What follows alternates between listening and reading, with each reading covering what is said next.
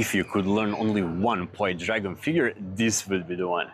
It's simple enough for complete beginners, yet powerful enough that advanced players use it every single session. Let's talk about zeros.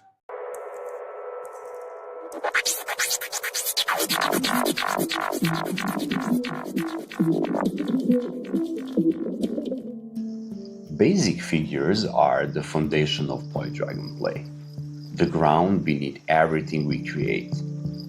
They are the movements we return to again and again, the patterns that keep the dragon alive and flowing through the air. I like to think of basic figures as the canvas, while special figures are the colors and brush strokes that transform that canvas into a work of art. In my previous video, I explained the purpose of both basic and special figures and how they work together. If you haven't seen it yet, I recommend watching that video first and then returning here. Zeros are one of the most fundamental figures in Poi Dragon. No matter if we are beginners or advanced artists, they are essential for all of us, and always will be. At the beginning, there are lifesavers, like what to do, oh, go back to zero. But later, when we gain experience, they become our sophisticated tool. Stay with me to the end of the video, and I'll tell you why I call them zeros, but not circles. Zeros are simple, safe, and energy efficient. Because of that, we can stay in them for a long time without fatigue. They also provide one of the safest and smoothest ways to return from more complex figures, helping us keep the flow uninterrupted. But don't let their simplicity fool you. Within zeros lies a surprising amount of variety. Small adjustments can completely change their appearance while the essence of the movement remains the same. Let's take zeros apart and see what they are made of. First, zeros can be performed in two directions, from the inside out and from the outside in.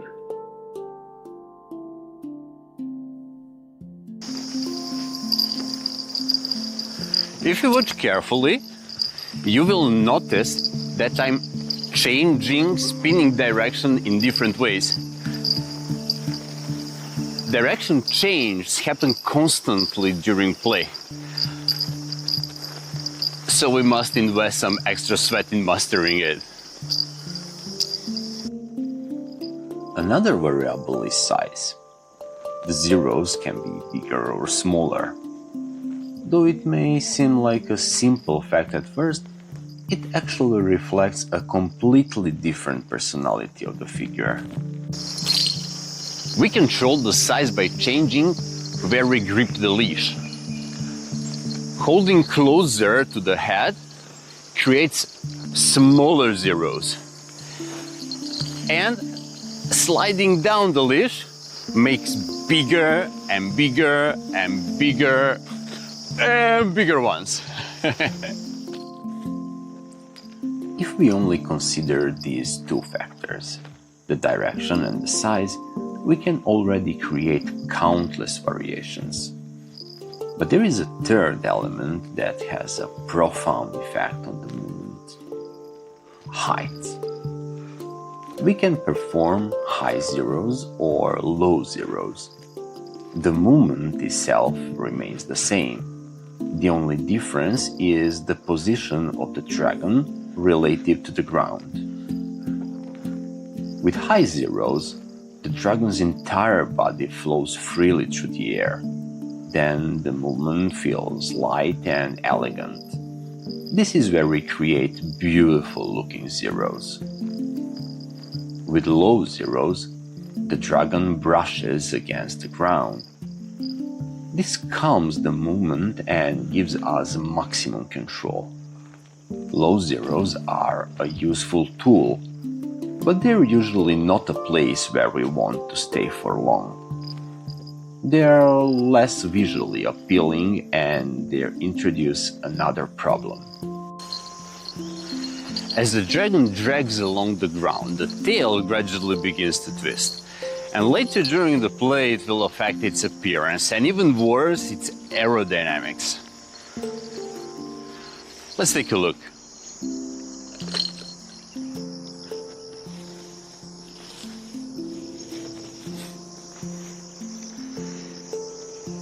This is exactly what we never want to see.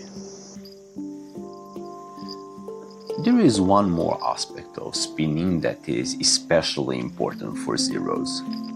But before we continue, if you find this content useful, please consider sharing it with your Poi Dragon community. And if you'd like to support the channel, likes and subscriptions are always deeply appreciated. Thank you for being here, and now let's continue. There are two primary ways of generating the spinning motion, which brings a different visual appearance and different purposes for using it. The first is wrist and elbow spinning. As the name suggests, most of the movement comes from wrist and elbow.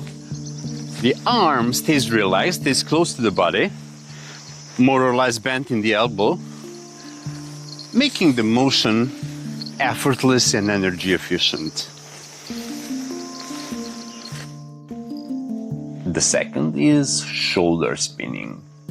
Here, the arm is extended and the motion originates mainly from the shoulder. This variation is often used as a transition into other figures or as a part or larger combinations. It also plays an important role in fitness-oriented play, where we intentionally engage larger muscle groups. Just imagine doing this with heavy setup.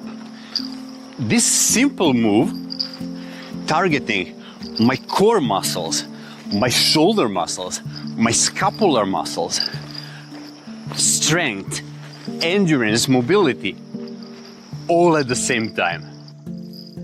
One of the most beautiful qualities of basic figures is their ability to transform into special figures. This is where technique meets creativity and where imagination becomes the only limit.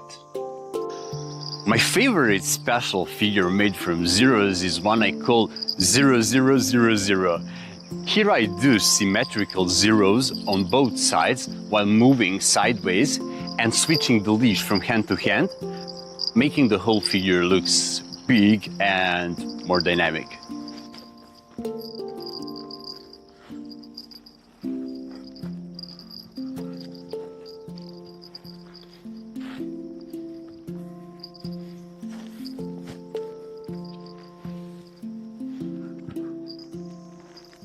To summarize, zeros are the most common and important figures in Poi Dragon. They are usually the first figure everyone learns. Their true beauty lies not in complexity, but in freedom. Freedom to rest, freedom to transition, freedom to explore, and freedom to create. Although zeros are among the simplest movements in Poi Dragon, they offer endless possibilities for expression. With patience, awareness, and creativity, even the simplest movement can become something extraordinary.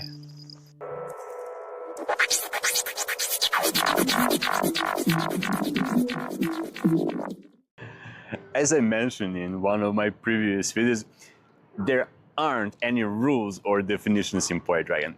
So we're free to name it whatever we want. I call them zeros because the motion is circular and continuous, just resembling drawing zeros in the air. But why zeros? Why not circles?